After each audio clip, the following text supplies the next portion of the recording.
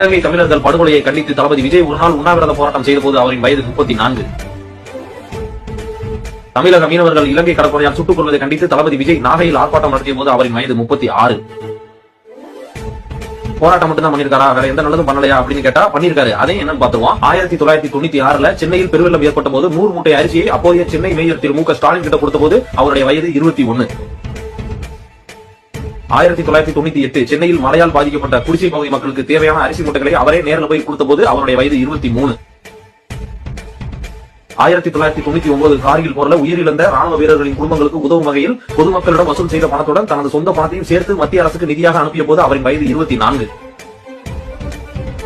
இதெல்லாம் பார்த்துட்டு 250 கோடி ரூபாய் சம்பளம் வாங்கி அரிசி மூட்டை வாங்கி கொடுக்கறதா ஒரு விஷயமா அப்படின்னு நாட்டாமத்தனம் பண்ணிட்டு சண்டியர் மாதிரி காட்டு முட்டாத்தனமா பேசிட்டு ஒரு குரூப் வருவாங்க. அவங்களுக்கு ஒரு பதில் என்ன அப்படின்னா 250 கோடி ரூபாய் சம்பளம் வாங்குறதுங்கிறது இப்பதான் 1998 எவனும் 250 கோடி ரூபாய் தூக்கி கொடுக்கல. மோடி குஜராத்துக்கு முதலமைச்சர் ஆகிறதுக்கு முன்னாடியே, அதாவது 2001 ஜனவரி 26 இந்தியாவின் 52வது குடியரசு தினம் அன்னைக்கு குஜராத்ல பூகம்பம் ஏற்பட்டுச்சு. அந்த பூகம்பத்துக்கு தன்னால் இயன்ற உதவியோடு மக்களிடம் நிதி உதவி பெற்று குஜராத் மாநிலத்துக்கு அவர் நிதி அனுப்பி வைத்தார். அந்நியாரம் அவரோட வயது 26. 2005 வந்த சுனாமியின் போது இலங்கைக்கு 1 லட்சம் ரூபாயும் 100 மூட்டை அரிசியும், தமிழகத்திற்கு முதலில் 5 லட்சம் ரூபாயும் பிறகு 10 லட்சம் ரூபாயும் ஒட்டுமொத்தமாக சேர்த்து 15 லட்சம் ரூபாயை அன்றைய முதல்வர் ஜெயலலிதாவிடம் கொடுத்திருக்கிறார். அந்நேரம் அவரோட வயது 30. 2008 ஓசூர்ல இலவச பள்ளிக்கூடம் ஒன்றை திறந்து வைத்தார். அந்நேரம் அவருடைய வயது 33.